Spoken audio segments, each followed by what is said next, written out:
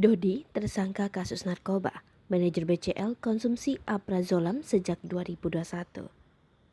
Polisi resmi menetapkan manajer BCL tersangka atas kasus narkoba yang menjeratnya.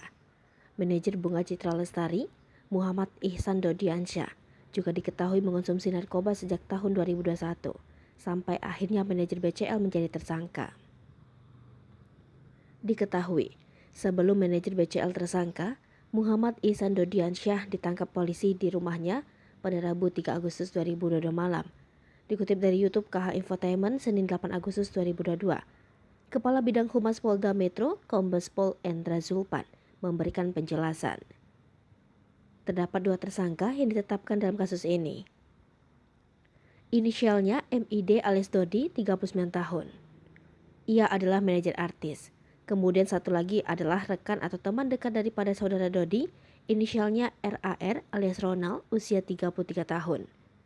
Barang bukti yang diamankan penyidik termasuk dalam psikotropika golongan 4. Dalam persnya, Kombes Pol Endra Zulpan juga menuturkan modus yang dilakukan oleh Dodi sehingga mengonsumsi narkoba. Hal ini dilakukan lantaran Dodi membutuhkan stamina yang kuat dalam kesehariannya menjadi manajer artis. Dodi dan Ronald dilaporkan atas dasar laporan dari masyarakat.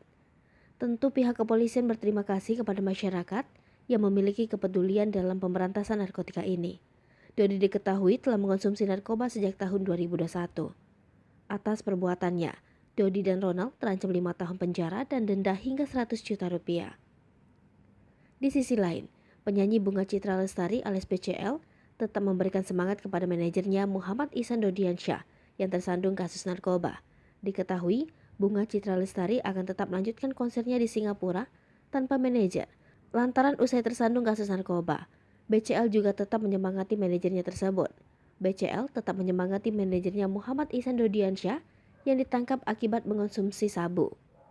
BCL akan tetap menghelat konser di Singapura pada 19 Agustus 2022 dan 20 Agustus 2022.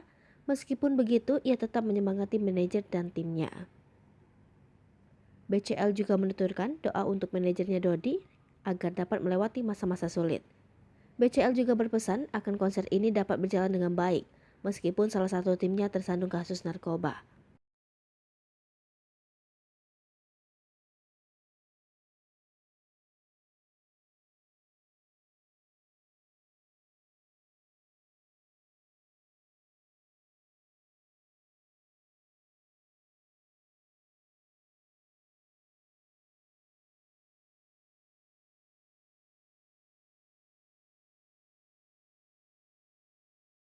Hai pemirsa Sri Popo TV, jangan lupa komen, like, dan subscribe, serta tonton terus berita-berita terupdate lainnya ya.